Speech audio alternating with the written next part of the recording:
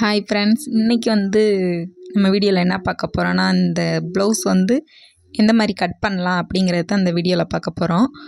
இது பேக்கில் ஒரு போட் நெக் மாதிரியாக ஒரு ஓவல் மாதிரியாக கேட்டிருந்தாங்க கஸ்டமர். இதை எப்படி கட் பண்ணலாம் அப்படிங்கிறது தான் இந்த வீடியோவில் நான் சொல்ல போகிறேன். அதுக்கு முன்னாடி நம்ம சேனலை சப்ஸ்கிரைப் பண்ணாதவங்க சப்ஸ்கிரைப் பண்ணிடுங்க. கூடவே இருக்கிற பெல் ஐக்கானை கிளிக் பண்ணிடுங்க. அப்போ தான் நம்ம டெய்லி போடுற வீடியோ நோட்டிஃபிகேஷனில் உங்களுக்கு வரும். வீடியோக்குள்ளே போகலாம்.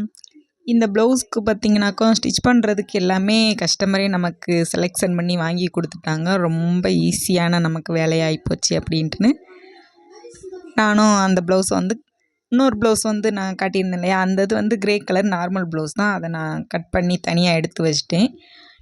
நம்ம இந்த ப்ளவுஸ் வச்சு நம்ம எப்படி கட் பண்ணலாம் அப்படின்னாக்கோ, நார்மலாக நம்ம ப்ளவுஸ்க்கு ஷோல்டர் அளவு நம்ம அந்த அளவை எடுப்போம் இல்லையா, அதை விட எக்ஸ்ட்ரா ஒரு இன்ச்சுக்கு நம்ம தள்ளி நம்ம அந்த மார்க் பண்ணிக்கணும். எனக்கு கழுத்தகலம் எனக்கு 6 இருந்துச்சு. நான் ஒரு 7 இன்ச்சை நான் வச்சுருக்கிறேன். ஏன்னா பேக்கில் போட் நெக் நமக்கு க்ளோஸாக வர்றப்போ பார்த்திங்கனாக்கா ரொம்ப இழுத்துட்டு வரும். இது கொஞ்சம் நமக்கு ஃப்ரீயாக இருக்கணும் அப்படிங்கிறதுனால நான் ஒரு 7 இன்ச் வச்சுருந்தேன். போட் நெக்கோட பேக்கோட இறக்கம் பார்த்திங்கன்னா நான் ஒரு 3.5 இன்ச் இறக்கம் வச்சுருந்தேன். அந்த பேக் ரவுண்டோட இறக்கம் ஒரு 3.5 இன்ச் வச்சுருந்தேன். ஆம்கோல் பார்த்திங்கன்னா நம்ம ப்ளவுஸுக்கு நம்ம எப்பயும் வைக்கிற ஆம்கோல் இறக்கத்தை விட ஒரு இன்ச் இறக்கி வச்சுக்கணும். இந்த போட் நெக் மாதிரி வர்றதுக்கு நார்மலாக வைக்கிறத விட இந்த இறக்கம் வச்சுக்கோங்க. அப்போ தான் நமக்கு ஆம்கோல் நமக்கு மேலே ஏறி வரும்போதில் க்ளோஸாக வரும்போதில் ஆம்கோல் இறுக்கமாக பிடிக்காமல் நல்லா ஃப்ரீயாக இருக்கும். ஆம்கோல் இறக்கத்தை விட 1 இன்ச் நம்ம இறக்கி கட் பண்ணால் தான் நல்லாயிருக்கும். இது நான் கழுத்தளவு 3.5 இன்ச் வச்சுருந்தேன். பாடி அளவு நம்ம மெஷர்மெண்ட்டில் அந்த அளவுப்படியே நான் மார்க் பண்ணி எடுத்துட்டேன். பேக்கோட அளவு அந்த ஓவல் வர்றதை பார்த்திங்கனாக்கோ நான் அந்த இறக்கத்துக்கு நான் ஒரு மார்க் பண்ணியிருக்கிறேன். அந்த ஓவல் ஷேப் நம்ம அந்த அளவு ப்ளவுஸில் எப்படி கொடுத்துருக்குறாங்களோ அதே அளவுக்கு தான் நான் பார்த்திங்கன்னா அந்த ஓவல் வேணும் அப்படின்னாங்க.